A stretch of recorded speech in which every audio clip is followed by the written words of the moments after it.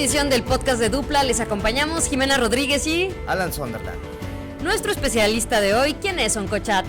Nuestro invitado de hoy es el Dr. Omar Sayas, oncólogo internista con posgrado de Biología Molecular aplicada a la oncología clínica, ayudando con múltiples investigaciones reconocidas. Con una amplia experiencia comprobable y validada en atención de padecimientos como cáncer de mama, próstata, pulmón, colorectal, gástrico, entre otros, ha sido posible gracias a su trayectoria formativa. Pues bienvenido, doctor, qué gusto tenerle por acá. Gracias por la invitación, en verdad que un placer poder compartir aquí con ustedes. Será una plática bastante interesante poder compartir la información por parte de oncología. Exactamente, y esa es la primera pregunta, ¿no, Alan? O sea, queremos saber qué fue lo que te llevó a elegir la oncología como carrera de vida, prácticamente. Sí, mira, yo honestamente antes de hacer oncología realicé la especialidad de medicina interna. En medicina interna ves una gama de casos amplia, desde pacientes con enfermedad cardíaca, renal, adultos mayores. El adulto mayor realmente es un tipo de población bastante interesante en lo personal, desde el antecedente con mis abuelos, que realmente tuve parte de mi formación, digamos, durante la secundaria, durante la preparatoria, muy cerca con ellos. Entonces la geriatría ya me llamaba mucho la atención. Y ya para terminar la especialidad de medicina interna me topé ahí con un caso en alguna de las instituciones de nuestro país, donde ciertamente podemos ver algunas adversidades, complejidades, carencias, etcétera. Este caso, pues bueno, había caído en un abismo de una segunda opinión incorrecta, en donde ya se había etiquetado con el diagnóstico de cáncer, había llegado a un punto complejo, incluso un estado de coma. Ya ante la revisión del caso, que realmente fue un reto, porque cuando me involucré para la evaluación de esta paciente, tenía por lo menos 3 tomos bastante grandes de indicaciones que se habían venido copiando y pegando diariamente. Entonces el abordaje en retrospectiva sí fue laborioso, pero al final del día tuvo un impacto positivo para la paciente. Me dejó mucho, sobre todo el aspecto positivo para la familia, para sus hijos. Entonces se convirtió en un reto muy bonito involucrarme en este rol como oncólogo. Ya después de eso tuve algunas rotaciones, ahora sí en los servicios de oncología de una manera formal, y pues bueno, me apasionó, me encantó, y definitivamente desde la perspectiva profesional, científica, pues bueno, también es muy amplia y estoy encantado de la profesión a la que me dedico. Oye, Omar, nos contabas ahorita de esta anécdota, pero ¿qué es lo más difícil al diagnosticar cáncer? Pues mira, lo más difícil creo que es el equilibrio entre la asesoría de esa parte científica y empatarlo con la cuestión humana, porque muchas veces los primeros minutos, los primeros 15, 25 minutos realmente es hacer algo de contención de toda esa angustia, de todo ese temor, de todas esas ideas que se han venido gestando los días previos. Ya algún médico de primer contacto, de segundo nivel me dice que es cáncer, que el pronóstico es negativo. A veces nos llegan incluso con comentarios de si ya se tienen que empezar a despedir de sus familias. Entonces la mayoría de los casos, curiosamente más del 60% de los casos, realmente tienen un diagnóstico en el cual la curación es factible. Entonces avanzar en ese proceso primero de contener todos esos sentimientos negativos, toda esa angustia que está sucediendo, y después empatarlo con la parte científica de formar un plan, que muchas veces el plan oncológico es multimodal, se le llama, o sea, se va a involucrar en parte el oncólogo médico, el radiooncólogo, el cirujano oncólogo. Entonces hacer ese match me parece que es la parte como más compleja. En tu trayectoria, ¿qué enseñanzas has tenido y de acuerdo a las investigaciones que has realizado? Sí, pues mira, las enseñanzas se pueden enfocar de diversas maneras. Una es la parte meramente científica.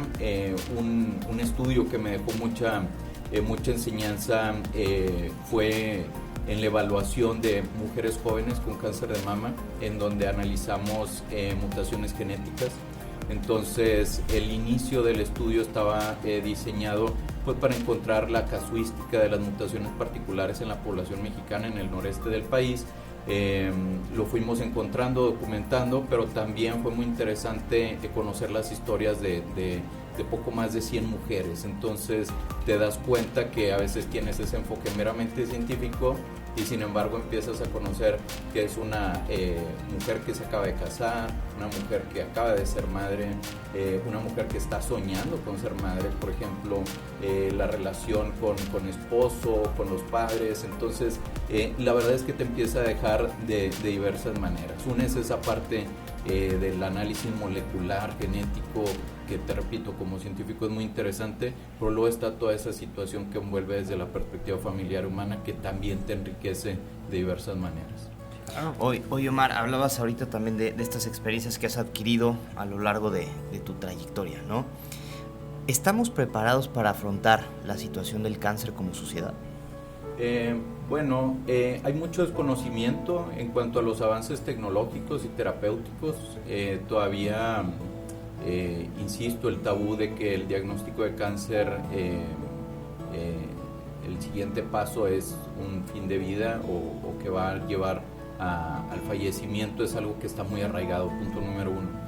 Punto número dos, los síntomas, cuando una vez empiezan a ser datos de alarma, muchas veces la persona se empieza a dar cuenta que algo no va bien, empieza a generar temor, como lo mencionaba, angustia, y entonces ese miedo muchas veces paraliza, y esa situación no permite avanzar hacia diagnósticos y tratamientos tempranos. Entonces creo que en ese apartado sí nos falta mucho por hacer, o sea, sentirnos seguros que al momento de que algo no está sucediendo bien en nuestro cuerpo, acudir con algún especialista, con algún grupo multidisciplinario para poder asesorar de la mejor manera.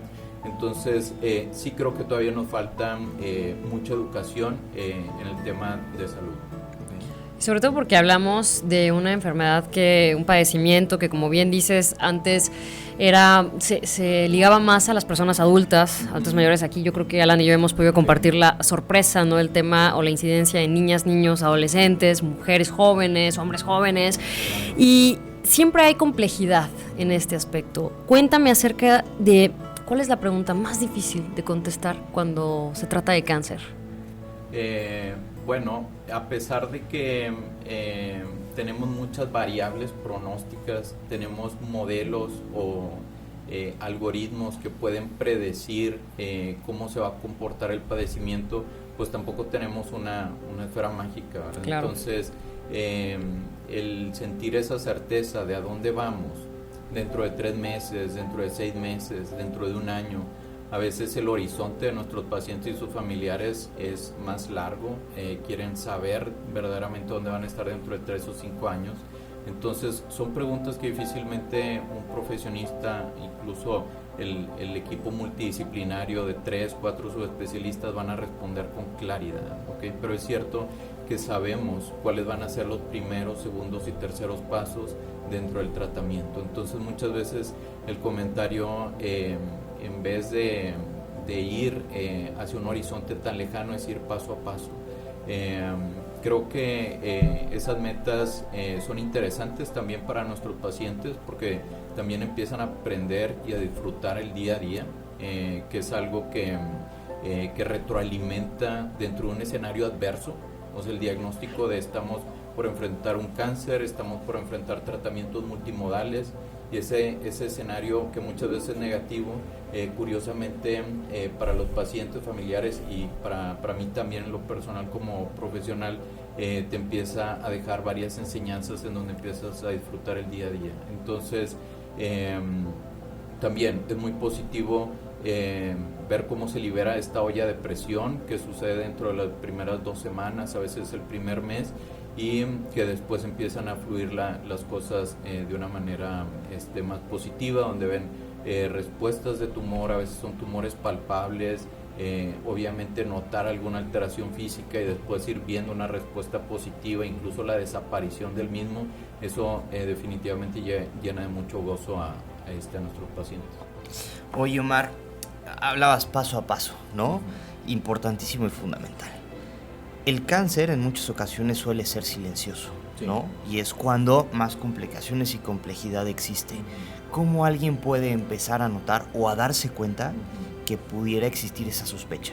Sí, La mayoría de los síntomas se presentan de una manera insidiosa en el transcurso del año. No siempre son casos tan dramáticos de los primeros 30 días o algo así. Hay que mantenernos al tanto de cuando un síntoma, a pesar de que no sea de alto grado, o digo, por un ejemplo, dolor severo, no siempre va a ser un síntoma aparatoso, sino más bien un síntoma que está perpetuando en el transcurso del año. Es frecuente que nos comenten, por decir, una alteración de la vía urinaria. Tuve un sangrado hace un año. ¿Y qué realizaste? Simplemente se autolimitó, entonces no busqué ayuda. Después de 3 meses, nuevamente un sangrado urinario. Fui con un médico, me dio un antibiótico, nuevamente se autolimitó y pensé que ya había pasado. Y después vuelve a haber un tercer evento y un cuarto evento, y etcétera. Entonces, estos síntomas constantes, definitivamente hay que buscar la atención de un especialista y decir por qué está perpetuándose un síntoma, a pesar de que sea de bajo grado. Otro de los síntomas que les llamamos sistémicos de la enfermedad están relacionados con fatiga persistente, pérdida de peso no intencionada. La persona está comiendo bien, se está nutriendo de una manera habitual, incluso a veces por encima de lo normal, y ven que están disminuyendo de peso. ¿Okay? Se realizan análisis de diabetes, por ejemplo, o alguna otra enfermedad endocrina, como son enfermedades de la tiroides, y no encuentran un diagnóstico preciso. Entonces, la pérdida de peso no intencionada es alguno de los síntomas que deben de despertar alarma. La otra es alguna tumoración palpable, una bolita palpable que está ahí, que no se reduce al paso del tiempo. Hay que buscar una evaluación. O sea, definitivamente un tumor palpable y un síntoma persistente en el transcurso del año, hay que ver qué es lo que está pasando. Y escuchándote se me viene a la mente la cuestión de la importancia de las segundas opiniones, ¿no? Porque muchas veces, como Alan lo menciona, ¿no? Es algo que viene enmascarado en ocasiones, ¿no? Sí. Que incluso un accidente detona eso que a veces ni siquiera tenías en el radar, ¿no? Entonces, ¿qué opinas? O sea, ¿cuál sería estas rutas? ¿En qué momento decir sí o sí una segunda opinión y de qué especialistas? Porque tal vez tú dices, bueno, empiezo con un nefrólogo, empiezo con un otorrinolaringólogo, por decir algo, pero de repente, uy, ¿dónde se da el giro hacia ir con un oncólogo u oncóloga? Sí, mira, la segunda opinión siempre es válida. ¿Por qué? El análisis que puede hacer un profesionista en base a algunas de las variables, digamos, el síntoma de tos, falta de aire, progresiva, quizá no algo mayor, pero una persona que está acostumbrada a correr 5 kilómetros y de repente siente que ya no rinde de la misma forma. Entonces, quizá el neumólogo puede hacer una evaluación y decir esto es una infección pulmonar o es una enfermedad pulmonar crónica que se ha venido presentando al paso del tiempo.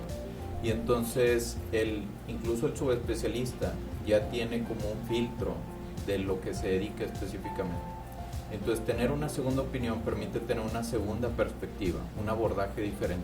Entonces, desde el punto de diagnóstico, una segunda opinión puede ser valiosa, punto número 1.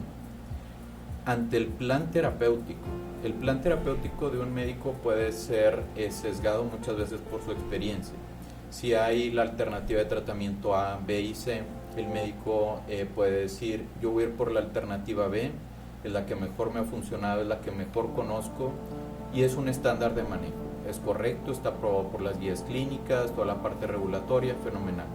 Sin embargo, no le expresa al paciente que hay una alternativa A y C. Entonces, no todos los estándares de manejo son los que el paciente y la familia está buscando. Lo más adecuado es que el profesionista presente todas las alternativas. Sin embargo, esto no sucede con frecuencia. Ir a una segunda opinión te permitirá tener un panorama más amplio de las alternativas de tratamiento que tienes y también en muchas de las ocasiones te puede validar la primer propuesta como una estrategia adecuada. Es frecuente que lleguen conmigo ya con un plan terapéutico propuesto por otro oncólogo y vienen con el temor de si es un camino correcto el que van a llevar. Lo evalúo y digo, mira, ciertamente hay 3 alternativas, estoy también de acuerdo que esta es la mejor opción, que este es el mejor camino a transitar. Entonces eso también le da validez tanto al paciente como a la familia. Muchas veces los hijos, hermanos dicen, quizás está queriendo avanzar una cirugía porque es cirujano, y entonces todo quiere llevarlo a quirófano.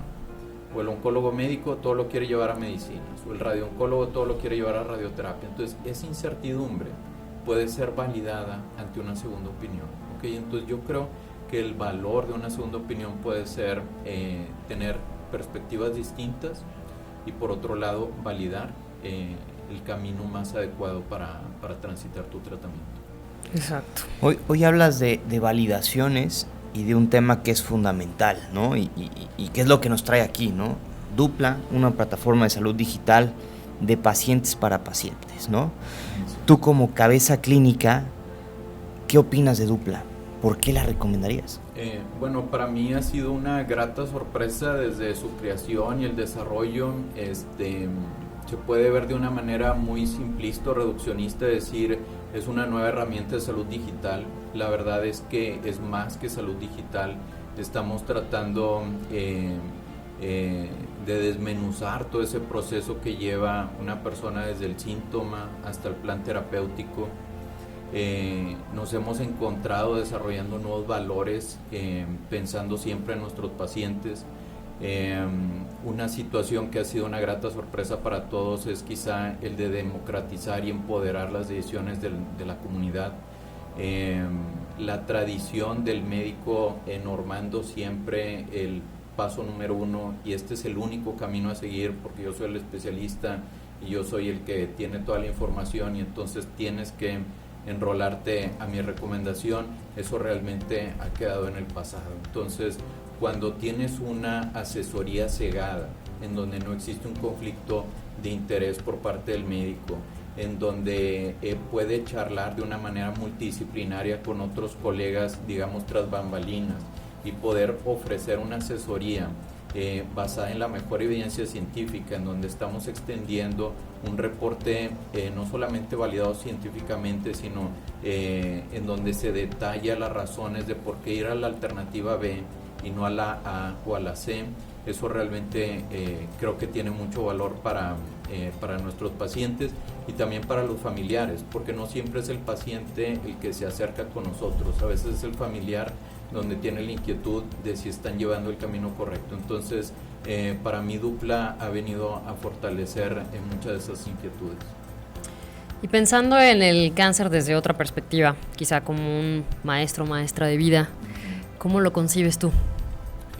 Mira, en un principio es un reto porque se genera mucha incertidumbre. Sin embargo, al paso de los meses, incluso al paso de los años, en lo personal me atrevo a preguntarle a mis pacientes qué es lo que te ha dejado esta situación. Ahorita, después de un año, ya cerramos la parte de quimioterapia, ya cerramos la parte de cirugía, ya cerramos la parte de radioterapia. ¿Quién eres tú ahora después de un año? Y algunas pacientes me dicen, me siento más fuerte, estoy haciendo un mejor apego a mi nutrición, a mi actividad física. Siempre fui una persona activa en cuestión de ejercicio, y ahora me doy cuenta que realizo más repeticiones que antes porque me estoy cuidando más. He aprendido a escuchar mejor mi cuerpo, a descansar cuando tengo que descansar, alimentarme cuando me tengo que alimentar, a darle una pausa también a veces a la rutina del día. Entonces, todo ese insight que empieza a suceder en el paciente es muy constructivo, ¿okay? Hay algunos otros pacientes que quizá no se mantienen tan alerta en esa parte de nutrición, actividad física, síntomas, etcétera, pero sí me transmiten mayor tranquilidad. Me dicen, ahora simplemente me siento con mayor introspección, disfruto más mi día a día, mi familia, mis vacaciones. Entonces te puede dejar desde cuestiones digamos muy biológicas, metabólicas, de nutrirte mejor, alimentarte mejor, pero también en esa parte emocional, incluso a veces espiritual. Hay personas que desde un principio, y nos atrevemos a preguntar cuál es su tendencia espiritual, no necesariamente qué religión practicas, sino si te consideras una persona espiritual o no. Muchos pacientes nos dicen, yo la verdad soy físico matemático y yo simplemente pienso así, en cuestión muy científica, y al paso del tratamiento y de ir entendiendo algunos aspectos de la vida que realmente no se han preguntado, pues es muy valioso, donde da mucha construcción hacia la persona. Recordar que no somos nada más esa parte metabólica. A veces el médico también puede ser muy reduccionista. Aquí está el TAC, aquí está el tumor, la bolita medía 5 centímetros, ahora 2 centímetros. Pues la verdad es que un ser humano es mucho más que estudios de laboratorio y imagen, y eso ciertamente pues también te retroalimenta de una manera muy favorable. Oye, Omar, hablas del lado humano, ¿no? Que es importantísimo y fundamental en tu profesión y en la parte empática con el paciente y sus familiares, ¿no?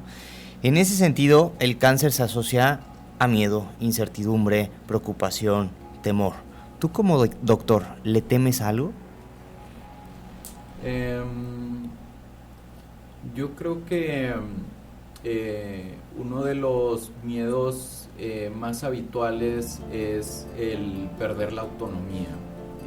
Cuando estás acostumbrado a vivir el día a día de una manera tan independiente, a correr de tu trabajo a la casa, al gimnasio, a reuniones sociales, y de repente te tienen que frenar toda esa autonomía que tienes por enrolarte a un tratamiento, eso puede generar pues como un quiebre, digamos, a lo que estás acostumbrado, y definitivamente genera no solamente desesperación, sino también algo de temor de si vas a poder recuperar esa autonomía a la que estabas acostumbrado.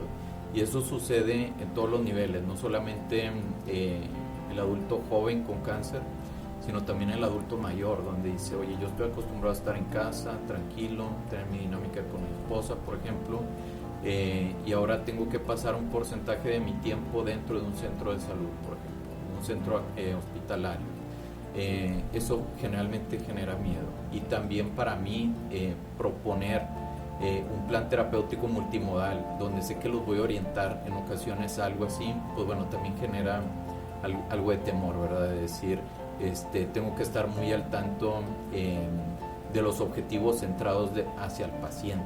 No siempre los objetivos del médico son los mismos que tiene el paciente, o los objetivos de un ensayo clínico, de un estudio de investigación. El objetivo principal es sobrevida.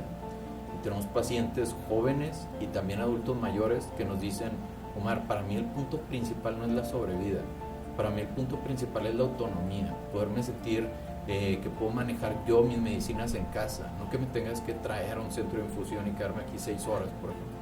Entonces, esos son algunos de los retos que sí, definitivamente pueden generar algo de temor. Okay. Híjole, es todo un debate en ese aspecto, ¿no? Porque por una parte está la voluntad de los pacientes y las pacientes, que esa es... O sea, se respeta, ¿no? Sin consentimiento nada, en nada de la vida. Sí. Y por el otro lado, pues también el deber ser de las doctores, ¿no? De los medicina. Sí. Y perdón que te pare ahí, pero sí. En verdad que a veces sí hay punto para negociar y a veces no lo es. También hay ocasiones en donde tengo que parar, digamos, los deseos del paciente y de la familia y decir, no te metas ahí, en verdad no la vamos a pasar bien. Nos podemos evitar síntomas relacionados a la enfermedad, nos podemos evitar internamientos complejos, y yo sé que a veces decir quimioterapia puede provocar temor, pero también te puedo decir que el otro camino que me estás solicitando no va a ser el más adecuado. Entonces también nosotros como profesionistas debemos de parar cuando vemos que están llevando un camino en donde se puede poner no solamente en riesgo su vida, sino el bienestar del día a día. Okay. Sí, muchas cosas se transforman con el cáncer. Exacto. Y yo creo que para ir concluyendo esto, a uno de los temores que ahorita que tocas este punto es ¿qué pasa entonces con el cuerpo después de un tratamiento de cáncer? Dentro de los tratamientos sistémicos que les llamamos, ya sean medicinas intravenosas o medicamentos orales, porque realmente van a impactar en todo tu organismo, debemos de llevar evaluaciones seriadas, estudios de sangre la mayoría de las veces, ver cómo se comportan las células rojas, que son las que si están bajas decimos que hay anemia, las células de defensa, que se mantengan dentro de rangos de seguridad o de coagulación, la función hepática, renal, etcétera. O sea, realmente tiene que hacer una evaluación integral de la persona. Hay algunas ocasiones donde hay tratamientos bastante seguros en el perfil metabólico y sanguíneo, sin embargo no lo son tanto para la composición corporal, y la composición corporal no nada más desde la perspectiva digamos de fitness, sino decir se va a incrementar el tejido graso, va a disminuir la masa muscular, eso va a impactar en mi sensación de energía diaria. Entonces sí, los tratamientos pueden provocar estos cambios en la composición física, de tal manera que no nos podemos orientar solamente hacia el tumor, muchas veces donde decimos cómo va la mentada bolita, por así decirlo, sino cómo va tu estado de salud global. Y entonces el orientarlos en hábitos saludables del sueño, por ejemplo, la parte emocional, la parte de la nutrición y de actividad física, muchas veces es lo que nos da el complemento más sólido para mantener un balance de contener los efectos secundarios del medicamento y lograr los efectos benéficos del medicamento. Entonces, sí, digamos en síntesis, los medicamentos pueden provocar efectos secundarios, pero definitivamente son efectos que podemos moldear, regular, limitar y que se avance de una mejor manera. Oye, Omar, y la última de mi parte, ¿alguna estadística que nos dé esperanza hoy relacionada con el cáncer? Sí, definitivamente hay esperanza en el tema de oncología. ¿Por qué? Porque hay avances tecnológicos, un entendimiento mejor en la biología de la enfermedad. Esto nos lleva a tratamientos cada vez más precisos, más sofisticados, no solamente de mayor eficacia, sino de mayor perfil de seguridad. Las herramientas radiológicas, involucrando incluso la inteligencia artificial, permite dar diagnósticos más precisos, más tempranos. Los avances en un diagnóstico que se le denomina DNA tumoral circulante o células tumorales circulantes nos permite diagnosticar incluso en etapas más tempranas, y toda esta ciencia, por así decirlo, al final del día termina impactando en reducir la mortalidad de cáncer. Quizá los números totales en el mundo van a mantener un incremento porque somos una población creciente, somos una población que cada vez tiende a envejecer más, y son algunos de los factores de riesgo para poder incrementar el número de casos de cáncer. Pero también hemos visto cómo en algunos tipos de tumores sólidos, como es el cáncer de próstata, la incidencia y la mortalidad han mantenido un descenso paulatino pero progresivo, de 1.5, 1.8% por año. Entonces eso definitivamente nos da esperanza. Hablabas hace unos minutos de la parte espiritual, que a veces le llegan a preguntar a los pacientes esta parte espiritual, ¿no? En muchas ocasiones y algunas historias nos llevan a creer más allá de la ciencia, ¿no? ¿Te has topado con milagros? ¿Te has topado con esas situaciones donde dices, ya hicimos todo, nos estamos complicando para encontrar una solución y de repente da un giro inesperado? ¿Te ha tocado vivir eso?